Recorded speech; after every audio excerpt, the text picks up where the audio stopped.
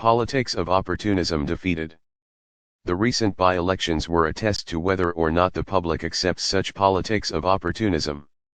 By bagging 15 out of 20 seats in the recent by-election, PTI stunned everyone, thereby proving many political pundits wrong in their assessment. This has also generated an important debate regarding the cause of PMLN's defeat on its home turf. However, before entering into this debate, it is pertinent to bring certain facts to the front. To begin with, the by-elections took place due to the deseating of 20 MPAs on account of floor crossing.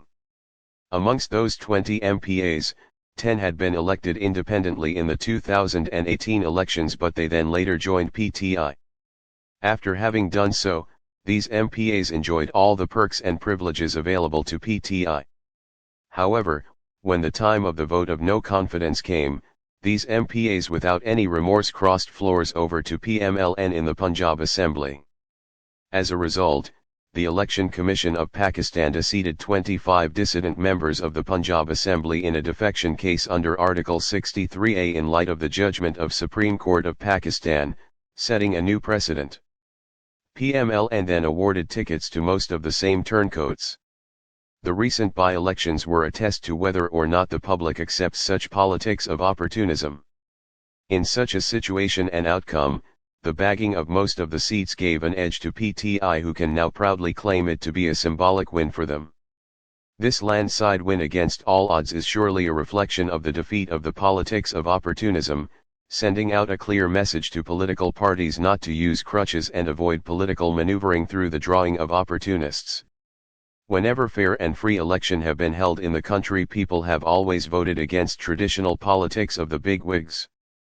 In 1970, the people of Pakistan had demonstrated their collective wisdom against the architecture of political power by voting in favor of popular parties like Awami League and Pakistan People's Party. But their refusal to accept the popular mandate resulted in disaster in the form of the separation of East Pakistan. PTI, instead of biting the dust as most thought it would, threw down the gauntlet, challenging the coalition parties standing against him.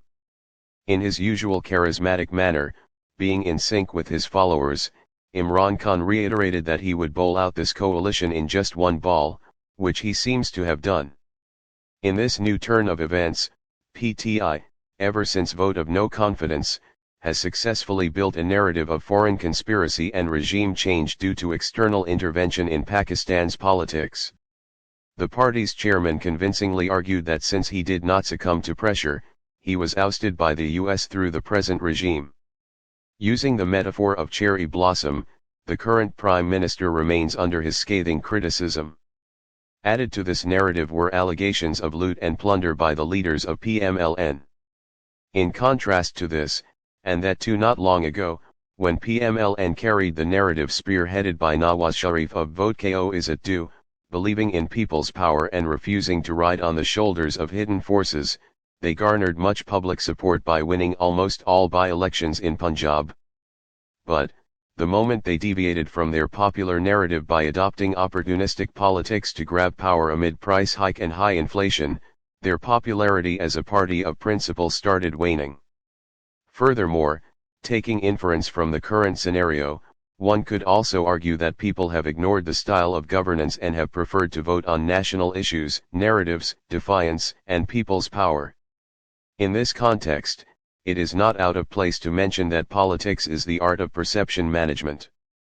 Politicians often employ all techniques to market their brand by repeating certain phrases or sentences multiple times till the listeners believe them as a matter of truth.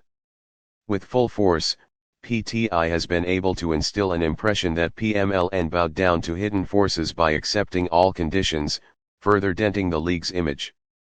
On the other hand, Imran Khan to a large extent had been able to develop the perception of a savior of the nation while struggling to preserve his sovereignty. The lessons learned from the people's verdict are that political parties should come out of drawing room politics of opportunism, raise real issues, and draw strength from the masses. There should not be a dependence on crutches to walk them to power.